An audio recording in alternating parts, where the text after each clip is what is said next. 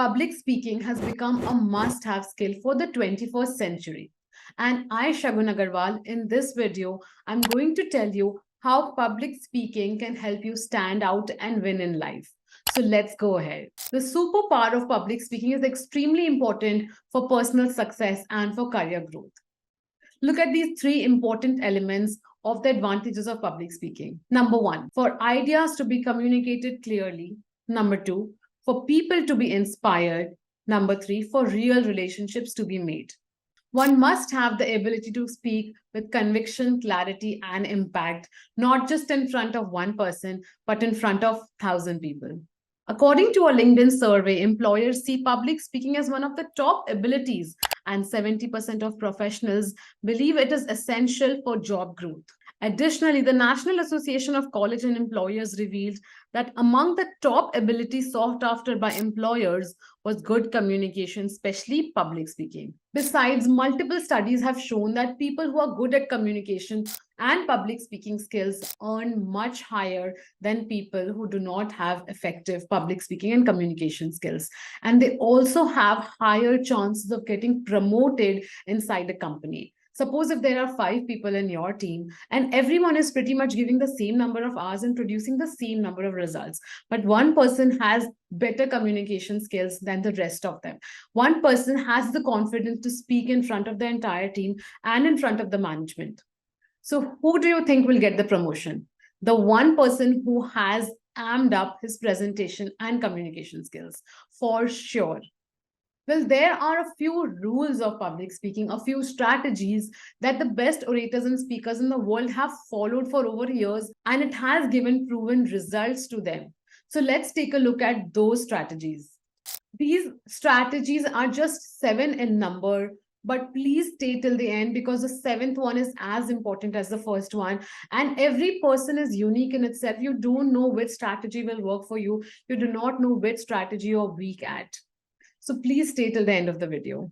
First is writing down your speech. Let me throw light upon a research study that was conducted in this regard by UCLA, University of California, Los Angeles. The participants were divided into 2 groups. Those who wrote their speeches and those who delivered impromptu speeches without any prior writing. Surprisingly, the study found that the written speech group received significantly higher rating from their audience in terms of clarity, organization, and overall persuasiveness. This demonstrates that the act of writing down your speech organizes your thoughts in mind and makes you make a compelling presentation. The second strategy is practicing in front of the mirror and practicing in front of smaller groups. It is rightly said that Rome was not built in a day. Every public speaker or communicator or presenter in this world couldn't do that what they are doing today without consistent perseverance and practice. It is true what Benjamin Franklin had to say in this regard: by failing to prepare, you're preparing to fail. Additionally, consider practicing in front of 1 or 2 trusted friends or family members who can give you correct feedback so you can improve upon your speech every single time. The third is the importance of structuring your speech and having distinct introduction, body, and conclusion. The introduction is something which is the first impression given by the speaker. That is the time when you have to make the best impact of what you're going to say. That is something that has to grab the attention. It can be through an interesting anecdote or a story or a statistic. The body of the speech is somewhere where you will put down across all the points to justify what you're going to talk. So imbibe the validation in your speech. And the third is the conclusion, where you re-emphasize all the important points. It is important to understand that the conclusion has no new point. The conclusion is only to conclude the important points that you want the audience to take away with them at the end of the speech. The fourth is the use of visual aids and multimedia. According to recent studies, inculcating images increases information retention of the audience by up to 65%. Including pertinent pictures, charts, and videos and presentation improves the audience comprehension while also provides diversities and interest. According to a study conducted by the University of Minnesota, it was seen that speakers who used visual aids images, videos are able to grab the audience attention and deliver a more compelling speech. Remember to keep visual aids simple, uncluttered, and relevant to your message. Use them strategically at certain points to reinforce your key points. The fifth is taking care of the attention span of the audience, especially in today's time where the attention span of the audience has gone down. Every YouTube video that I prepare, that everyone prepares, the average view duration is 2 to 3 minutes. No matter what content it is, no matter how good it is. Average adult attention span is between 10 to 20 minutes. That too, when the content is really good, when it is really engaging. So you have to keep in mind that introduction has to be really engaging with an anecdote, story, or a proper question that can engage the audience in the beginning itself. Make sure that your introduction holds the audience interest and doesn't let the attention wane away with time. You might have experienced that a lot of people in the audience start experiencing the mid presentation slump. That is, when we are approaching the middle of the presentation, that's when the audience starts feeling that it's now time to start sleeping and start going away. This can be combated by the use of graphics, storytelling, interactive aspects, and surprises to regain and bring back the attention of the audience. So when you know that the audience attention span is less, you always have to make sure that your points are clear and to the point. Try to deliver the main points quickly and steer clear of unnecessary information that can bore the audience.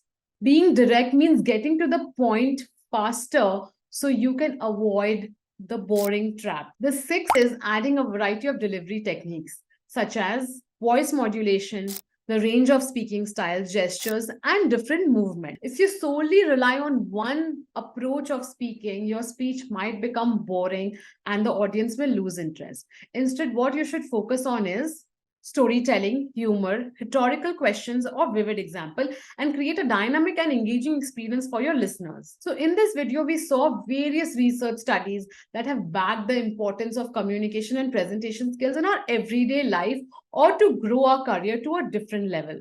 And in the second part of the video, we saw 6 strategies that can be used and remembered to become effective speakers and presenters. I hope you like these 6 tips, and each one of them is important, but it's important to see that what works for you might not work for someone else. Maybe you're good at using humor, but you're not good at asking questions. So maybe you can work upon asking questions when you're presenting, but if that is not working out for you, then you can just amp up your humor making skills.